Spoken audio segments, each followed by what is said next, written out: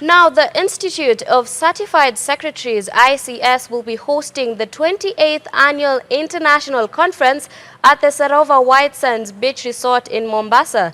The three-day conference, scheduled from 24th to 26th April 2024, is under the theme Governance Resilience in the Face of Economic Crisis.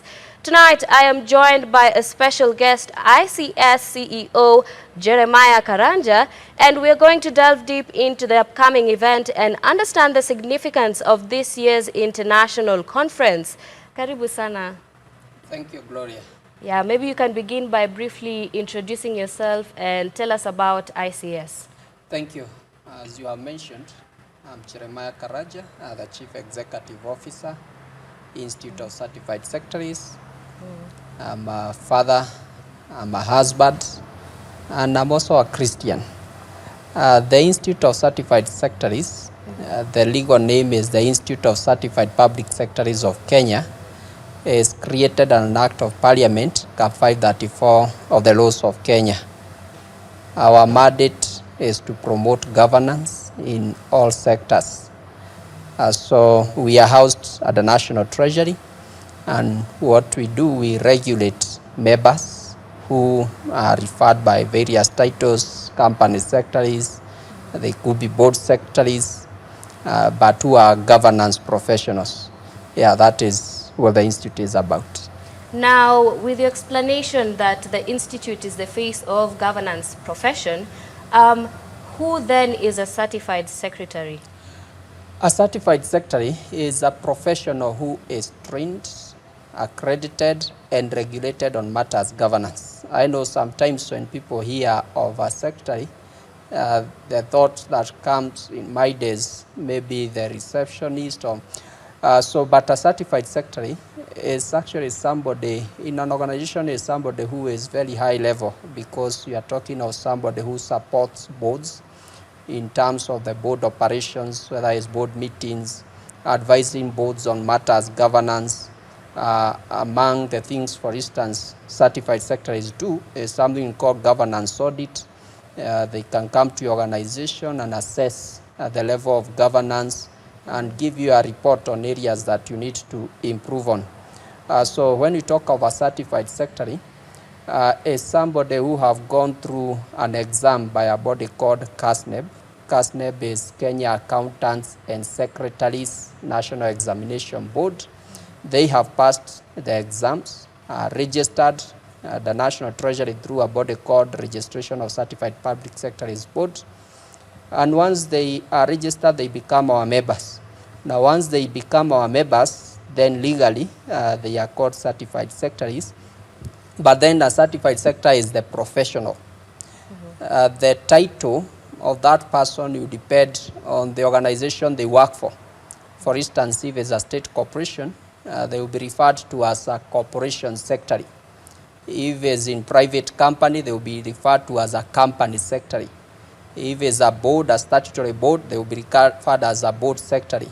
The others referred as trust secretaries, council secretaries. So it depends with the organization, but the important aspect is that person who is responsible for supporting the board on matters governance. That is the person we are referring to as certified secretary, and who is a professional and a member of the institute.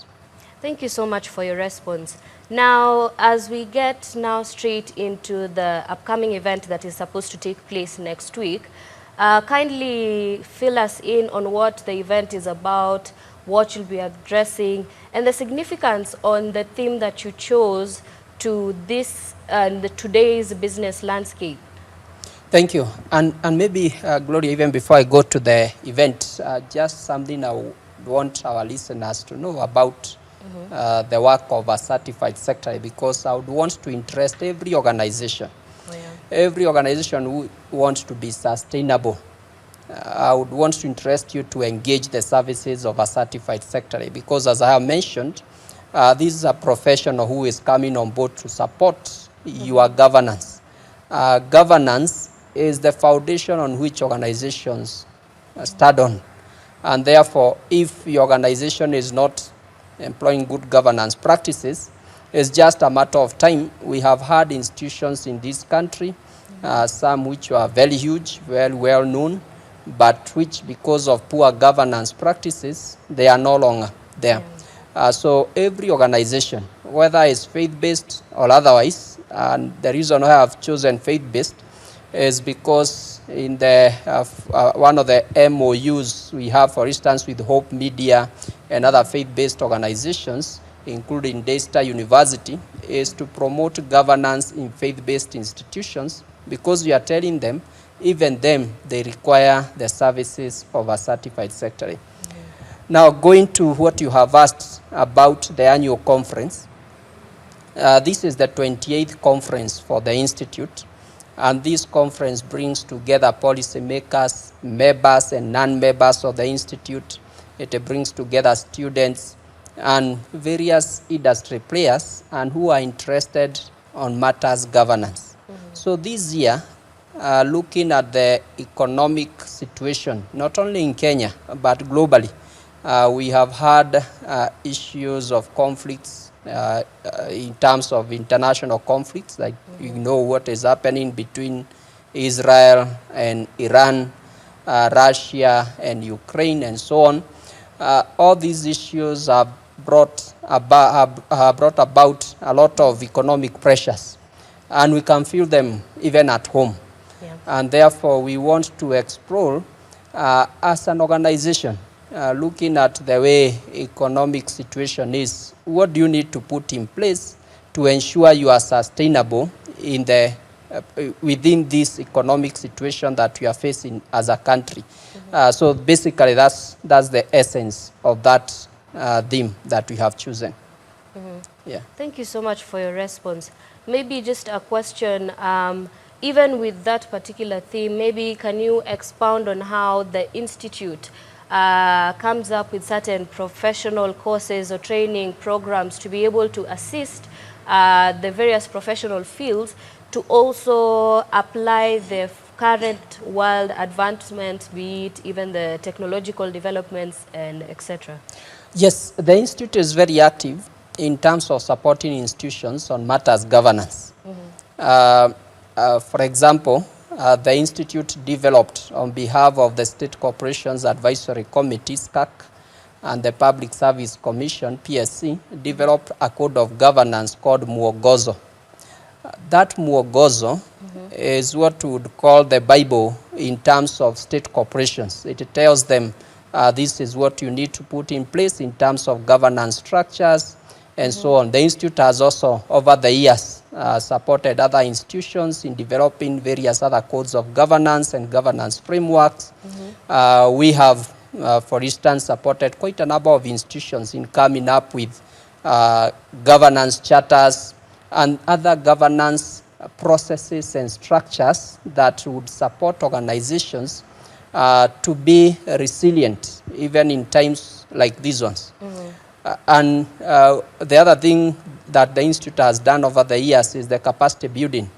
Over the last 2 years, the Institute, in collaboration with the State Corporations Advisory Committee, for example, has been conducting board induction for state corporations, all boards of state corporations who are newly appointed, as well as continuous training just to upskill the skills of these board members so that as they govern these institutions, they are not just guessing, but at least they are knowledgeable on what they actually need to do. And finally on that, in the religious sector, the Institute partnered with a group called Hesabika and other stakeholders to develop governance guidelines for churches in Kenya. So in every sector, the Institute has been supporting institutions on matters governance. Yes. Thank you for your response. Now, with that being said, is this event open to both public, private sectors, as you have mentioned, even trying to expound to even religious institutions? And with that, what are certain key topics that you want or are to be addressed during that conference? And how do they align in ensuring that the governance profession is something that is well attainable in the country? Gloria, just the other day, His Excellency, the President, was closing the wage bill, the National Wage Bill Conference. And one of the challenges we have in this country is actually the wage bill in the public sector. So we'll be focusing on issues like that because they're actually governance issues. When you see organizations with bloated workforce, and sometimes, for instance, if I'm the CEO of the institute, I come recruit my entire clan, then the other person who comes after me does the same without looking at or considering sustainability of the organization. Those are governance issues. So we'll be looking at issues like that. We'll also be considering, for instance, one of the key speakers we have is the Governor Central Bank, just to help us understand these issues of inflation and what is happening in the monetary policies. We have also invited the chief of staff and head of public service, again to help the participants delve into the issues of governance in the public sector and how that governance has an implication on the economic situation in the country. Another key speaker, for example, is the Chief Justice of the Republic of Kenya, trying to look at the legal framework and the role of judiciary in ensuring economic sustainability. And even Bishop Callisto Odede will be one of the speakers, again trying to look at the intersection between ethics and governance and also issues of economic sustainability. So they are all sort of topics why we would encourage people to participate in discussions on such topics because they are not only topics affecting the country, because sometimes when you hear of country you think it's something out there, but there are issues which are affecting you as a person. And for that reason, the conference is open to every organization, every individual, whether private, whether public, or even civil society institutions, churches and other religious institutions. Thank you for the detailed explanation, and maybe to the audience or the various stakeholders who might be viewing, kindly explain how this conference is going to contribute into enhancing governance, as the institution can show that it is the face of how governance should be, or how it is a shaper on the governance and how it can assist in even the certain challenging times the country is facing, even globally. So maybe how do you envision this conference contributing to the leadership and the mode of governance, even the future of governance in the country? Are there also maybe young leaders who are being called upon because they are the future of the generation and the shapers of tomorrow?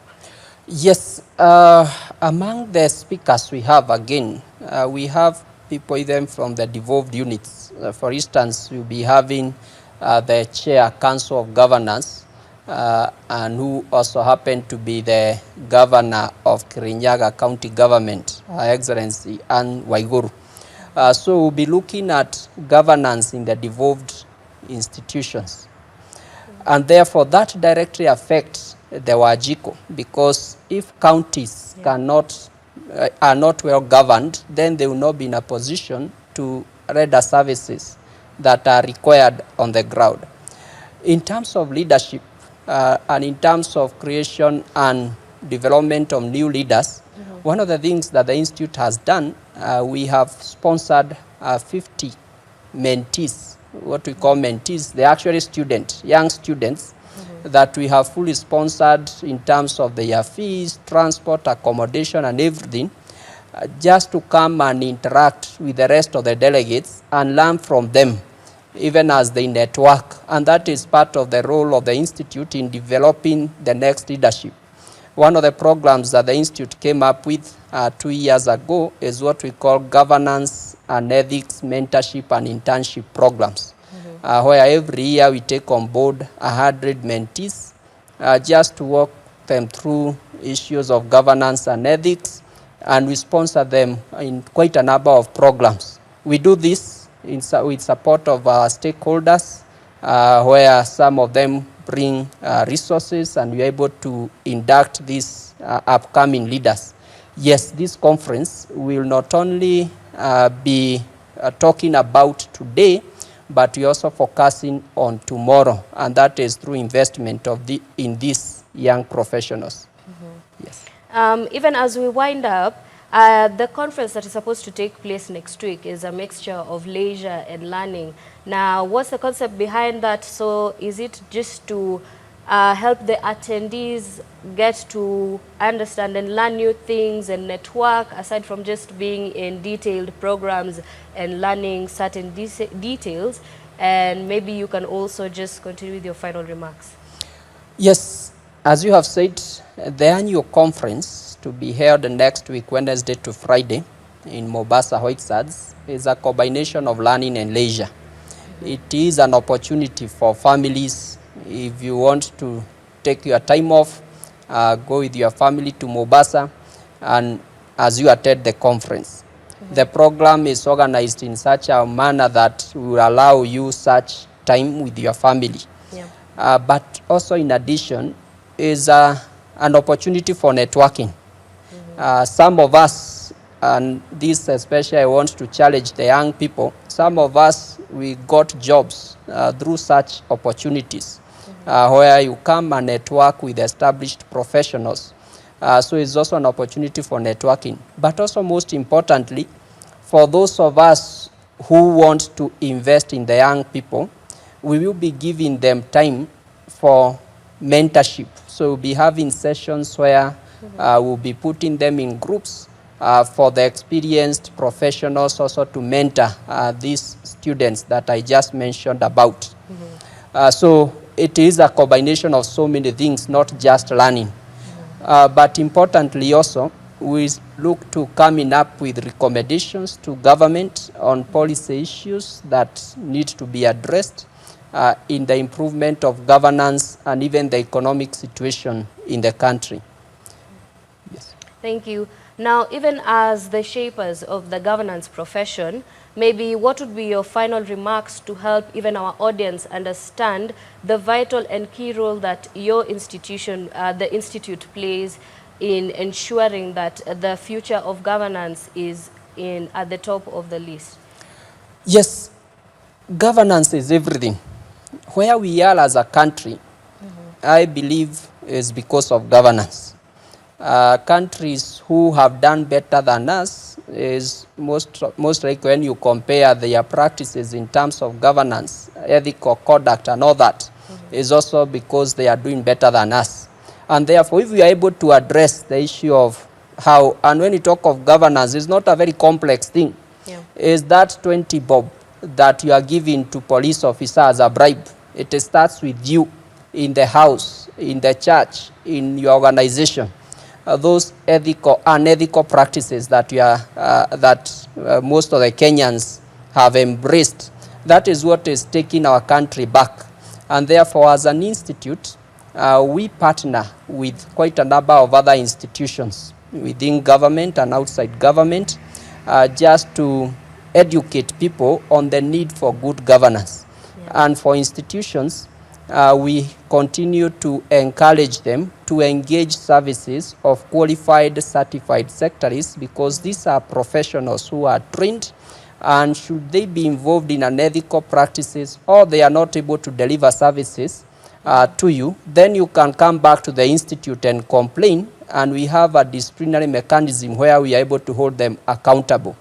But if you engage a quack, somebody who is not qualified, then those are some of the challenges that we have in the country, because the company secretary that you have, one of the things you need to check is that company secretary a member of the Institute of Certified Secretaries, because if they are not, then they are actually illegally in office. So I want to challenge Kenyans in every aspect, ensure that the people you engage are professionals in that particular area.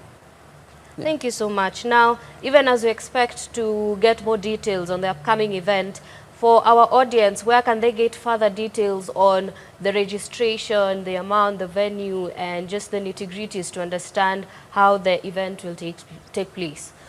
Yes, the event, you can write to us the Institute of Certified Public Secretaries of Kenya, ICS at info@ics.ke, sorry, or training@ics.ke. We'll be able to give you more information. If you visit our website, www.ics.ke, again, you get all that information. But just to mention, in terms of the price, in terms of the investment, the price for this, the cost or the investment for this conference is 70,000 for non-members and 50,000 for members. However, if you are coming as a group, then we are able to negotiate and give you a discount. Again, we normally give discounts to senior citizens, and as well as the youngsters, those who are below 35 years of age. And I think, Gloria, you may qualify for such. So again, for them, we normally give them a whole 50% discount. So those are nitty-gritties which we can discuss, but all information is available on our website, www.ics.ke. Thank you so much for coming for the interview. It was quite informative. And to our audience, once again, you can visit their website, or you can also email them to get further details on the upcoming event. And now we take a short commercial break, and we'll be back with business news.